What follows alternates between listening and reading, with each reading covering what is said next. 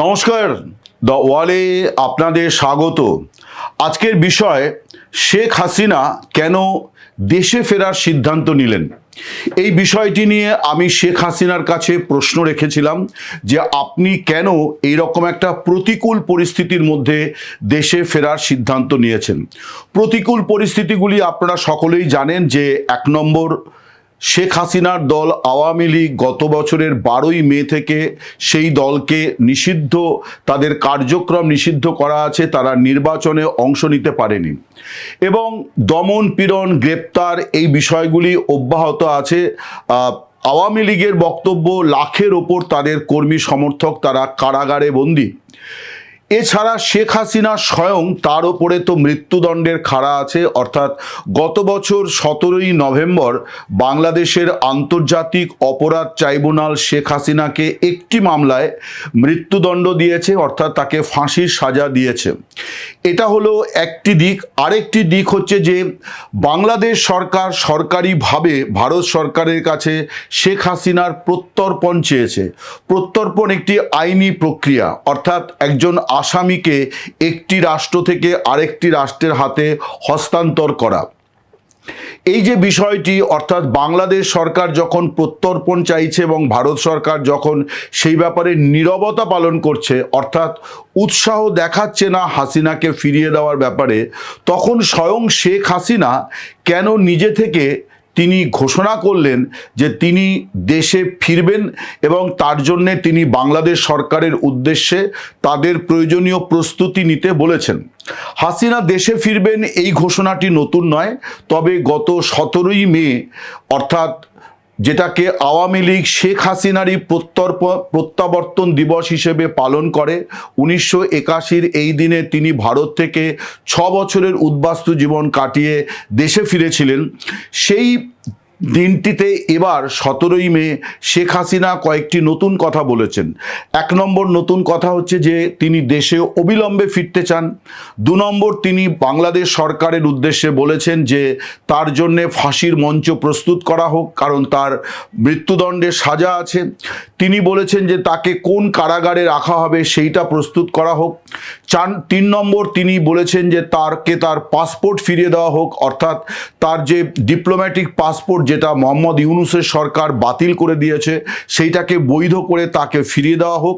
4 নম্বর, তিনি বলেছেন যে একটি বিমান, বাংলাদেশ বিমান বাহিনীর যে বিমান তাকে দিল্লিতে নামিয়ে দিয়ে গেছে, সেই রকম একটি বিমান তাকে পাঠানো হোক দিল্লিতে, তিনি সেই বিমানে করে সসম্মানে দেশে ফিরবেন এবং তারপর বিচার ব্যবস্থার মুখোমুখি হবেন।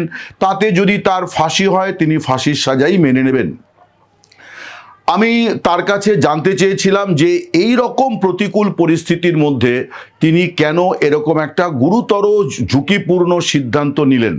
আপনারা ইতিমধ্যে হয়তো ওয়ালের পাতাতে নিশ্চয়ই খেয়াল করেছেন যে শেখ হাসিনা ওয়ালকে একটি দীর্ঘ সাক্ষাৎকার দিয়েছেন। এটা যথার্থই দীর্ঘ সাক্ষাৎকার। এত বড় সাক্ষাৎকার তিনি অন্য কোনো সংবাদ মাধ্যমকে দেননি এবং এই নিয়ে দ্বিতীয় সাক্ষাৎকার গত বছর নভেম্বর মাসে ওয়ালকে তিনি সাক্ষাৎকার দিয়েছিলেন এবং সেই প্রথম তিনি কোনো অনলাইন নিউজ পোর্টালকে সাক্ষাৎকার দেন। আবারও ওয়ালকেই দ্বিতীয় সাক্ষাৎকারটি একমাত্র অনলাইন নিউজ পোর্টাল যাকে তিনি সাক্ষাৎকার দিয়েছেন। বাকি যা সাক্ষাৎকার তিনি দিয়েছেন কিছু ভারতের সর্বভারতীয় স্তরের সংবাদপত্রকে দিয়েছেন। যাই হোক, আমি তাকে প্রশ্ন করেছিলাম যে কেন এই ঝুঁকি তিনি নিলেন। তিনি বলেছেন যে দেশের মানুষই ঝুঁকিতে আছেন, অর্থাৎ দেশে কোনো আইন শৃঙ্খলা নেই, চরম অর্থনৈতিক দুর্বিপাক চলছে, জিনিসপত্রের অত্যন্ত মূল্যবৃদ্ধি, মব সংস্কৃতি চলছে, বিচার ব্যবস্থা ভেঙে পড়েছে, রাজনৈতিক প্রতিপক্ষের কোনো অধিকার নেই, তারা মিটিং মিছিল করতে পারছে না, লাখে লাখে আওয়ামী লীগ নেতা কর্মীকে এলাকা ছাড়া করা হয়েছে, লাখের বেশি কর্মী তারা কারাগারে বন্দী, মানে কয়েকশো কর্মীকে হত্যা করা হয়েছে।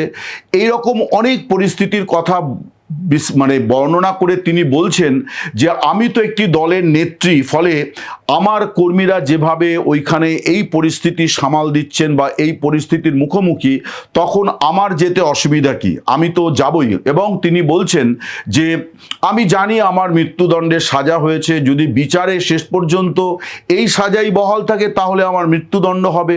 তিনি বলছেন যে তিনি শেখ মুজিবুর রহমানের দৃষ্টান্ত দিয়ে বলছেন যে মুক্তিযুদ্ধ চলাকালীন শেখ মুজিবুর রহমানকে যখন পাকিস্তানের কারাগারে বন্দি করে রাখা হয়েছিল, তখন তার সেলের পাশেই তার কবর খোঁড়া হয়েছিল। অর্থাৎ পাকিস্তানি শাসকদের পরিকল্পনা ছিল যে বাংলাদেশের মুক্তিযুদ্ধ ভেস্তে দিতে শেখ মুজিবুর রহমানকে হত্যা করে ফাঁসি দিয়ে, একটা সাজানো মামলায় তাকে ফাঁসি দিয়ে তারপর তাকে কবর দিয়ে দেওয়া কারাগারের মধ্যেই। যে চেষ্টাটা তারা আগরতলা ষড়যন্ত্র মামলার সময়তেও করেছিল, কিন্তু ব্যর্থ হয়েছিল গণ আন্দোলনের মুখে।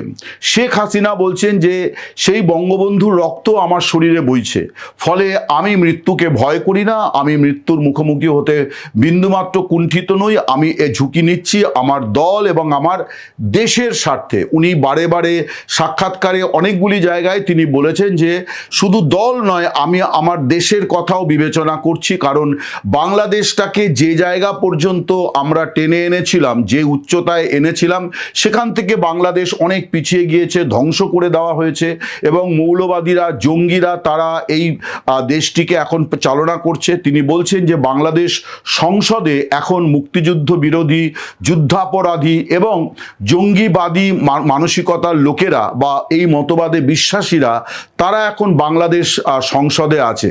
ফলে এই যে পরিস্থিতি, এই পরিস্থিতিতে ফাইনালি তিনি সিদ্ধান্ত করেছেন যে তিনি দেশে যাবেন, যত ঝুঁকিই থাক তিনি সেই ঝুঁকি মোকাবিলা করবেন। এখান থেকে একটা জিনিস বোঝা যাচ্ছে যে শেখ হাসিনা তার দল এবং দেশ এই দুটি বিষয়কে সামনে রেখে এগোতে চাইছেন এবং তিনি মনে করছেন যে দেশের যে পরিস্থিতি তাতে তিনি ফিরলে পরে খুব সহজ হবে না তাকে একটা ক্যাঙ্গারু কোর্টের সিদ্ধান্ত মতো ফাঁসিতে ঝুলিয়ে দেওয়ার। তিনি মনে করছেন যে তাকে গ্রহণ করার জন্য বাংলাদেশের নাগরিকেরা, আওয়ামী লীগের নেতাকর্মীরা তারা প্রস্তুত, ফলে তার এই সিদ্ধান্ত তিনি সেই কারণেই নিয়েছেন। আরও একটি বিষয় শেখ হাসিনা বলেননি, কিন্তু রাজনৈতিকভাবে বা আমারও ব্যক্তিগতভাবে যে জিনিসটা মনে হয় যে বাংলাদেশে সাম্প্রতিককালে আলোচিত প্রত্যাবর্তন হচ্ছে তারেক রহমানের, যিনি বর্তমানে প্রধানমন্ত্রী। তারেক রহমান রাজনৈতিক নির্বাসনে 17 বছর তিনি লন্ডনে ছিলেন। তিনি গিয়েছিলেন চিকিৎসা করাতে, শেষ পর্যন্ত তিনি আর দেশে ফেরেননি, তিনি লন্ডনেই ছিলেন এবং গত বছর 25 ডিসেম্বর তিনি ফিরেছেন। এই 25 ডিসেম্বর ফেরার আগের ঘটনাগুলি যদি দেখা যায় যে তারেক রহমানের বিরুদ্ধে অনেকগুলি মামলা ছিল, তার মধ্যে একটি যাবজ্জীবন কারাবাসের সাজাও ছিল, দুর্নীতির অভিযোগে একাধিক মামলা ছিল, কয়েকটিতে তার সাজা ঘোষিত হয়েছিল, ফলে তিনি একজন দোষী সাব্যস্ত সাজাপ্রাপ্ত আসামি হিসেবেই লন্ডনে বসবাস করছিলেন। সেই তিনি যখন দেশে ফিরলেন তার আগে মোহাম্মদ ইউনূসের সরকারের তত্ত্বাবধানে সহায়তায় একে একে তার বিরুদ্ধে মামলাগুলোতে তাকে মুক্তি দেওয়া হলো, তাকে নির্দোষ বলা হলো এবং কার্যত সেটাও ছিল একটা ক্যাঙ্গারু কোর্ট, যে দুদিনের শুনানি, তারপরে দেখা গেল তৃতীয় দিনে তাকে মামলা থেকে মুক্তি দেওয়া হয়েছে। এই করে তিনি মামলা মুক্ত হয়েছেন প্রথমে। তারপরেও তিনি কিন্তু দেশে ফেরার ব্যাপারে নিশ্চিত হতে পারছিলেন না, তার নিরাপত্তা নিয়ে সংশয় ছিল, যে কারণে তার মা যখন মৃত্যুশয্যায় তখনও তারেক রহমান কিন্তু খুব দ্রুততার সঙ্গে তৎপরতা নিয়ে দেশে ফেরেননি। বরং আপনাদের মনে থাকবে যে দেশে ফেরার কয়েকদিন আগে তিনি ফেসবুক পোস্টে লিখেওছিলেন যে তার দেশে ফেরাটা তার নিজের সিদ্ধান্তের উপর নির্ভর করছে না। তার মানে অদৃশ্য কোনো শক্তির সবুজ সংকেতের অপেক্ষা তিনি করছিলেন। অর্থাৎ মা যখন মৃত্যুশয্যায় তখনও তিনি দেশে ফেরার ব্যাপারে সম্পূর্ণভাবে নিশ্চিত হতে পারছিলেন না, তার নিজের জীবন সংশয়ের কথা ভাবছিলেন। এইরকম একটা পরিস্থিতিতে তারেক রহমান ফিরেছেন এবং পরিস্থিতির সুযোগ নিয়ে তিনি এখন বাংলাদেশের প্রধানমন্ত্রী। যেটা মনে হয় যে শেখ হাসিনা তিনি রাজনীতিতে একটা নতুন ন্যারেটিভ, রাজনীতিতে পারসেপশন, ধারণা এবং বর্ণনা এই দুটি অত্যন্ত গুরুত্বপূর্ণ। অর্থাৎ আপনি কি বলছেন এবং সেটা মানুষের কাছে কি প্রতিক্রিয়া প্রতিক্রিয়া তৈরি করছে।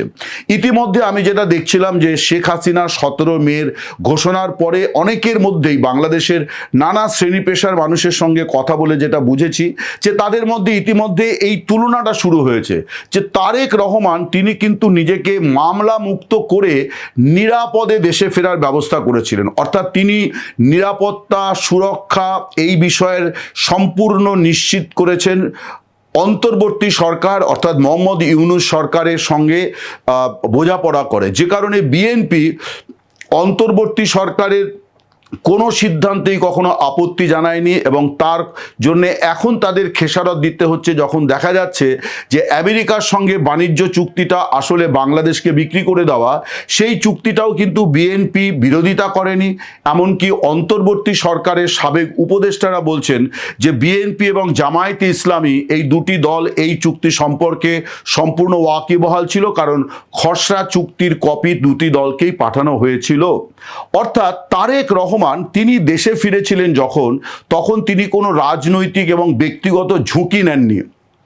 অন্যদিকে শেখ হাসিনা তিনি রাজনৈতিক এবং ব্যক্তিগত দুটি ঝুঁকি নিচ্ছেন, কারণ তার যে মামলায় তার মৃত্যুদণ্ডের সাজা হয়েছে সেই মামলায় তিনি এখনো উচ্চ আদালতে আপিল করার সুযোগ পাননি।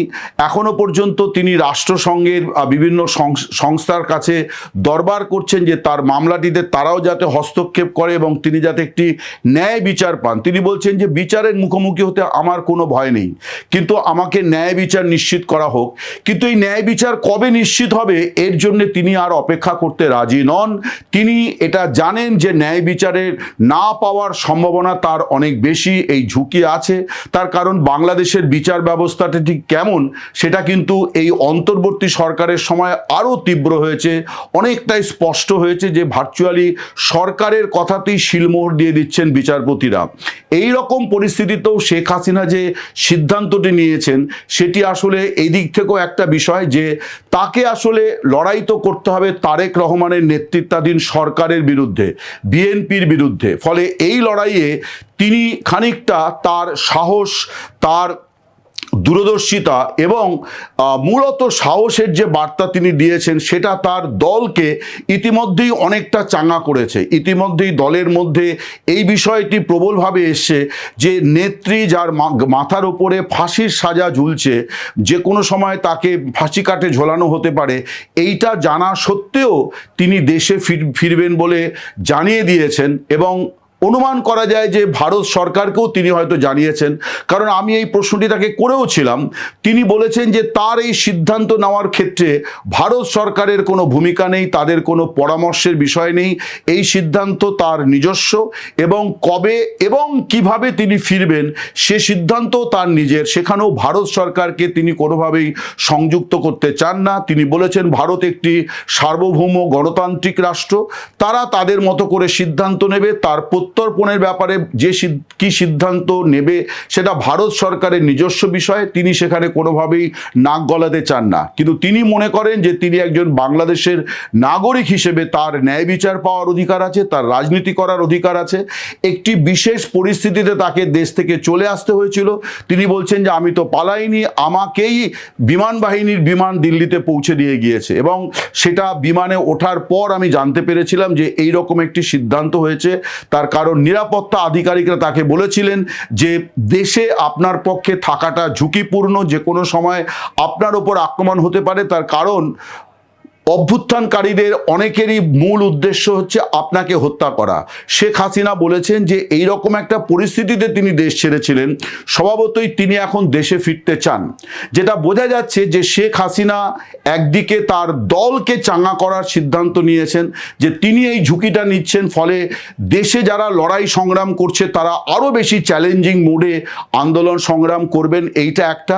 2 নম্বর হচ্ছে যে তিনি গোটা বাংলাদেশের রাজনীতির মধ্যে এই আলোচনাটা নিয়ে যেতে চাইছেন যে তারেক রহমানের মতো তিনি নিরাপত্তা সুরক্ষা নিশ্চিত করে এবং নিজেকে ইউনূস সরকারের সহায়তায় মামলা মুক্ত করে দেশে ফেরার পথে তিনি যাচ্ছেন না, তিনি ঝুঁকি নিয়েই যাচ্ছেন। কারণ মামলার পরিণতি সম্পর্কে তার কিছু জানা নেই। তিনি বলছেন যে মামলায় যদি শেষ পর্যন্ত ফাঁসি বহাল থাকে তাহলে আমাকে সেটা মেনেই নিতে হবে। এই হচ্ছে শেখ হাসিনার বক্তব্য, যেটা তিনি দ্য ওয়ালকে বলেছেন একান্ত সাক্ষাৎকারে, এবং এই প্রশ্নটাই আমি তাকে করেছিলাম, কেন এত বড় ঝুঁকি তিনি নিচ্ছেন। এই ছিল শেখ হাসিনার ব্যাখ্যা, এটাই আপনাদের কাছে পেশ করলাম। নমস্কার, শুভরাত্রি, সকলে ভালো থাকবেন।